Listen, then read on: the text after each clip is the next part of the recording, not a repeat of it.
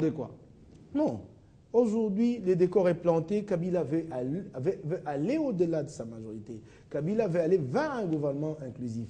Or, l'opposition, en réalité, demande un gouvernement d'union nationale. Les Fayoulou l'ont dit, nous n'irons pas, nous allons envoyer un mémo. Certains autres, comme le cas de l'UNC avec qui j'ai discuté, disent nous allons pour dire à Mwando de transmettre à Kabila quelle est notre idée de la résolution de la crise. Certains autres iront pour participer à ce gouvernement inclusif que Kabila est en train de préparer. Donc chacun s'y présentera avec son approche. Alors on dit, Adam Bombole, plutôt on va dire, allez, non conflictuel. Comment ça s'appelle, les Kassaïens qui étaient candidats? Oscar Kachala, qui m'a traité de tous les noms, oui, et qui a été incapable de battre sa campagne. Oui, parce que j'avais dit qu'il n'avait pas le moyen pour la campagne. Oui, exactement. Et il n'a pas battu, hein, au bout du compte. Ah, il n'a pas battu finalement. Il n'a pas battu. C'est ce qu'on a constaté. Oui, Oscar Kachala, on dit aussi non conflictuel. Et on a parlé même de Mukendi. Tous, ils lorgnent la primature. Et avec quels moyens dans la balance? Mais vous savez, Jean-Marie Kassamba, c'est un droit. Hein. Il est permis à tout Congolais de rêver, étant donné que Jean-Jacques Rousseau dit que les meilleurs rêveurs sont ceux qui rêvent même de l'impossible. C'est tout à fait normal, étant donné que tout Congolais, parlez pas ça de Kachala, quand même. Tout Congolais ayant les compétences, ayant étudié, peut prétendre être Premier ministre. Mais maintenant, la question, c'est de se poser autour de la mission confiée à l'informateur. À Mwando. C'est d'identifier la coalition parlementaire et non, et là je voudrais être clair, et non de recevoir les CV. Non, d'abord les recommandations que Mwando a dit à Joseph Kabila.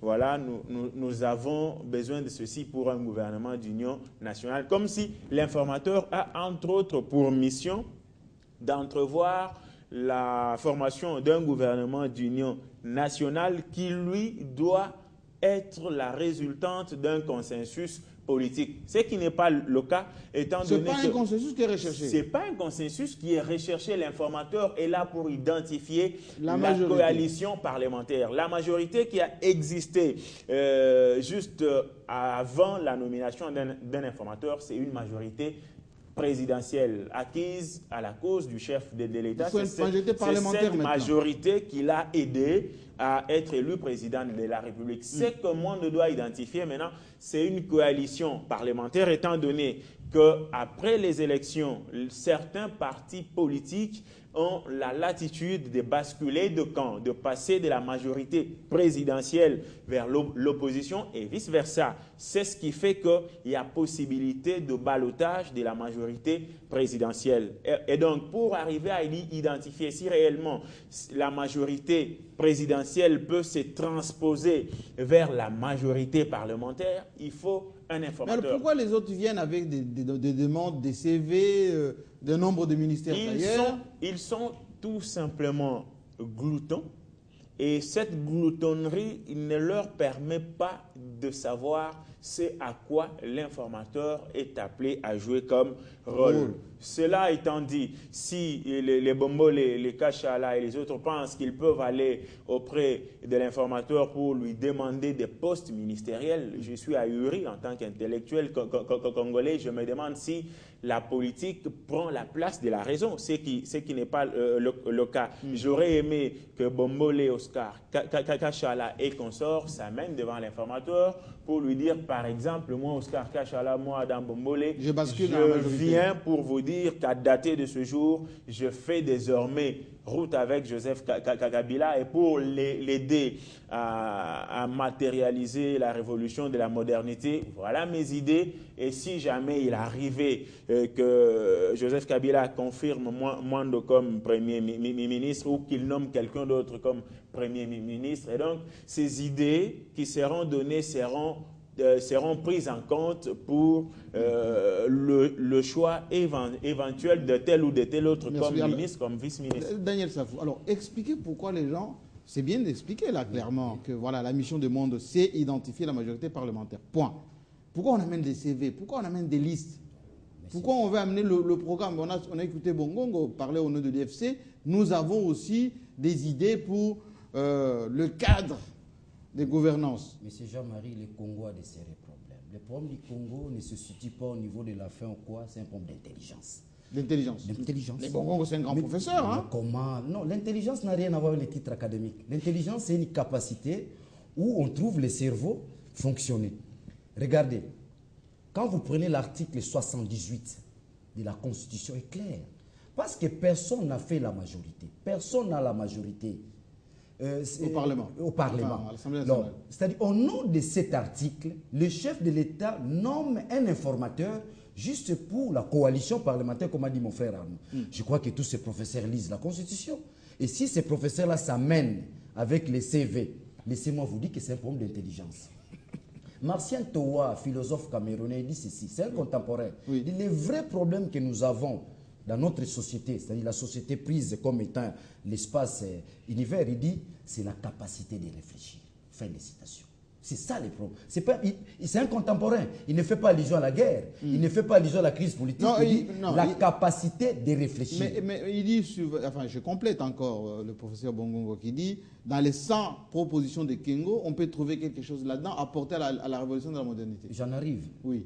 Excusez-moi que je dise un mot si Kengo est consort. Là, c'est très important. Je parle de... Vous savez, nous courons un grand risque. Lequel? Les risques n'est pas seulement au niveau de la coalition, les risques au niveau de la cohésion. Je crois que Mwando Simba, je n'aimerais pas trop parler de lui. Kabila est sage, il est intelligent, loin de le flatter. Les gens savent que je ne suis pas flatteur. Il récupère quelqu'un qui lui a posé des problèmes hier. Mwando. Mwando. N'oublie pas que c'était une fille opposante. Mwando a combattu Laurent Désiré Kabila. Qu'on se le dise, il a combattu Laurent Désiré Kabila. Et Mwando Simba a pris part à tous les débats où le pouvoir s'est partagé dans ce pays. Il était à San City, il était avec Mobutu, il était... Kabila les récupère comme informateur. D'abord, c'est une façon de les gérer. Deux, De gérer Mwando. de gérer Mwando. Deux, c'est une façon aussi de se servir de son expérience pour avoir pris part à beaucoup de débats. Les vrais problèmes que nous avons au pays, si nous ratons la cohésion nationale, c'est là le problème. La coalition, oui, c'est facile, les gens viennent d'eux-mêmes, on sait, tout. Mais la cohésion nationale. Regardez là où maintenant les bas blessent. Je vous informe, il y a 5 jours, Kengo Adondo totalise déjà 57 députés. Au moment où je vous 57. parle, 57. C'est-à-dire que Kengo Adondo est tenté de passer comme étant la deuxième force du Parlement. L'influence de l'IDPS va s'étouffer au Parlement. Mais comment il a 57 députés? Mais il a l'argent, il est risé, il sait jouer, il a des ambitions. Kengo Adondo, ça c'est une information sûre parce que celui-là, je le suis de près. Il a jusque-là 57%. Donc il a recruté. De José Makila et consort, tout ça, il se retrouve aujourd'hui avec Kengo Adondo. Il cherche quoi? Point d'interrogation. C'est dangereux, pourquoi? Aujourd'hui, il y a les rumeurs qui courent, non, c'est Congo qu'on va nommer. Évidemment, les échos nous parviennent qu'on veut placer Kengo Adondo. Est-ce qu'il est opposant? Là, nous risquons de rater la cohésion nationale. L'erreur que Kabila pourrait commettre, s'il a des relations avec Kengo, s'il a des choses occultées avec Kengo, qu'il me suive, qu'il m'écoute. Kengo a tout donné. Tout ce qu'il avait dans son ventre, il a tout donné. Aujourd'hui, il n'a rien à donner. Écouter Mike Au parler. nom de la cohésion nationale, Oui. que Kabila s'éloigne de Kengo. Je sais que Kengo n'a jamais été opposant, il est dans la majorité présidentielle. On le Comment sait. ça? Il était indépendant au Non, Sénat. il est indépendant, M. Jean-Marie. Il n'est pas indépendant. Il avait demandé à voter pour Jean-Pierre Bemba en 2006, non? Kengo a trompé Kabila qui ne sera pas candidat président de la République. Ah bon? Il s'est pointé candidat président de la République. On doit faire très attention. Cet homme est tenté de recruter les députés. Pour quel objectif? Vous et moi, nous ignorons. Mais tout ce que nous savons, c'est un ambitieux.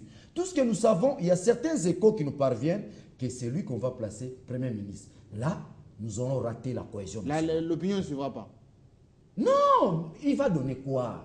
Qu'est-ce qu'il va faire encore si aujourd'hui Kengo Premier ministre? Oui, ça serait un gouvernement efficace, on le traite pour un homme intelligent, un homme efficace. Mais est-ce que Kengo serait-il à mesure de nous dégager la cohésion nationale? C'est là où le problème. C'est là aussi Mwando Simba risque d'échouer dans sa démarche en tant qu'informateur. Très bien. Ce que nous cherchons, c'est la cohésion nationale. La cohésion, oui, Mike. J'allais dire ici, j'ai entendu Harold dire majorité présidentielle, majorité parlementaire. Oui. Je crois que la majorité parlementaire aujourd'hui est une véritable majorité. Kabila n'avait pas besoin d'aller au-delà de cette majorité. Les gens se sont tapés la poitrine ici, ils réunissent déjà 340 députés. Il ne faut pas qu'on se trompe en se regardant le nombril. Il dit Kengo recrute, il va avoir des députés. Je voudrais d'abord expliquer la démarche de Kabila à travers Mwando. Oui. Ce n'est pas une affaire de différence entre majorité présidentielle et parlementaire. Il y a un problème politique au pays. Parce que cette majorité présidentielle, elle réunit en son sein une majorité parlementaire. Donc Kabila n'avait pas besoin de nommer. Elle est là. Elle est là, elle existe. Elle est là. La majorité présidentielle réunit une majorité parlementaire. On parle déjà de 340, 350 députés. On a vu Bochab réunir sa fameuse majorité mosaïque Pourquoi au centre Nganda. Sa fameuse, nous savons comment il l'a fabriquée. Alors, donc, c'est un peu ça. Oui. Ne cherchons pas ces distinguos majorité. Il y a un problème politique au pays. Peut-être que certains pensent que Tshisekedi a mal joué. Kabila est en train de réfléchir quant à savoir comment régler ces problèmes politiques. C'est ce qu'il est en train de faire. C'est ce qui explique la nomination de l'informateur. Alors maintenant, quand on parle de Kengo, on parle de tel Premier ministre. Kengo, nous savons ce qu'il a fait. Il a recruté des députés. Il a fait passer, accréditer une thèse dans la presse qu'il peut devenir Premier ministre. Mais toute la question, je l'ai dit la dernière fois ici, c'est quel est le problème que Kabila identifie. Par rapport aux problèmes qu'il identifie, il cherchera le Premier ministre qui correspond à ces problèmes-là. S'il estime qu'il y a un problème de cohésion nationale, il va aller vers un Premier ministre qui puisse réunir l'opposition et la majorité dans un gouvernement national. Or, quand on observe la démarche de Joseph Kabila, il n'est pas prêt à un gouvernement national, mais plutôt à un gouvernement de compromis. Il veut aller à un gouvernement de compromis, un gouvernement inclusif. C'est son dernier mandat. Si je dois rester dans l'analyse pure, Kabila n'a pas besoin de donner les gouvernements à quelqu'un de l'opposition parce qu'il n'aura pas la main sur lui, la réalité. Donc Kabila va être tenté d'aller plutôt vers quelqu'un de la majorité, mais qui soit une figure capable de fédérer autour de lui. Mais est-ce que c'est pour autant que ça va résoudre la crise de légitimité? La question reste à savoir comment nous allons gérer les prochaines élections. Les élections, locales et provinciales. Les prochaines élections vont permettre soit de baisser la tension, soit d'augmenter la tension. Si les élections sénatoriales, les élections provinciales se passent bien, c'est qu'en ce moment-là, il y a une nouvelle perspective qui s'ouvre pour nous. Il y a des villes ou des provinces qui sont gagnées par les par l'opposition. Oui. Il y a une nouvelle perspective qui va s'ouvrir pour l'opposition. Donc, c'est comme ça que j'ai dit, j'aurais souhaité que Tshisekedi travaille pour cette voie-là. Malheureusement, il ne veut pas de cette voie. J'ai parlé de cette voie ici. C'est que nous nous retrouvons dans une situation de blocage. Parce que nous ne voulons pas tomber dans les ornières de l'Haïti, qui a fait 200 ans, plus de 200 ans d'indépendance, et qui n'évolue pas. À cause de crises de légitimité politique, trouvons un compromis. Les compromis, c'est lesquels? C'est autour de la CENI. Que la CENI puisse être restructurée, qu'elle soit indépendante. Vous êtes en train de parler comme l'Église? Non, qu'elle soit, non, pas comme l'Église. Moi, je suis un analyste, je cherche, et là, je deviens un mauvais analyste parce que, en fait, je deviens partisan, parce qu'au lieu de rester dans l'analyse pure, j'essaie de faire avancer une démarche qui mette les Congolais ensemble. C'est-à-dire, je deviens pratiquement comme un conseiller de la République. Alors, je dis ceci, mettons en place une CENI restructurée. Allons aux élections provinciales. Si l'opposition, parce qu'elle crie qu'elle est populaire, si elle peut battre Kabila dans 2, 3, 4, 5, 6 provinces et contrôler réellement ces provinces, ça va déjà abaisser la tension. Ça va sérieusement abaisser la tension et nous irons au local. Et en ce moment-là, nous pouvons avoir des élections générales en 2016 en toute transparence, de sorte que le vaincu accepte et que nous ayons pour une fois, une république qui avance dans une situation il ne reste pas beaucoup de temps. Alors, très rapide, parce qu'il faut qu'on change de sujet. Je voudrais juste dire à Mike de ne pas inventer la roue. La majorité... Il invente la roue. Il a inventé la roue quand il dit qu'il n'y a pas de distinguo à établir entre la majorité présidentielle et la majorité parlementaire. Je ne suis pas dans la théorie, je parle de la pratique de la situation. Je veux tout simplement être clair. Avant d'être pratique, on se réfère à la théorie et c'est le cas qui est en train de se réaliser. Cette majorité présidentielle, Kabila n'a pas besoin de l'identifier parce qu'il en avait. Mais les sciences politiques et administratives sont claires. Lorsque l'informateur est là, il doit identifier la majorité parlementaire parce que quoi? Tous les partis politiques membres de la majorité présidentielle n'ont pas eu de députés à l'Assemblée nationale. Exactement. Et pendant que l'on dit clairement que les alliances politiques se font et se défont, il peut arriver que si l'informateur n'identifie pas bien ceux qui se sont affichés aujourd'hui comme faisant partie de la majorité, comme on dit qu'il y en a déjà 300, je peux avoir 50 arrive secondes. à se Oui, mais il faut qu'on rebiffer. change de C'est sujet. très- 30 c'est secondes. très, Je ne vais très pas clair. polémiquer. C'est Oui, très, très il y a- clair. Pardon, point. Jean-Marie, C'est très 30 clair. secondes. Oui. Jean-Marie, moi je ne suis pas un théoricien, moi je suis un praticien. Oui. Mon travail, c'est de voir comment transformer la théorie en pratique. Oui. Et je la connais très bien, la théorie. Jean-Marie, nous sommes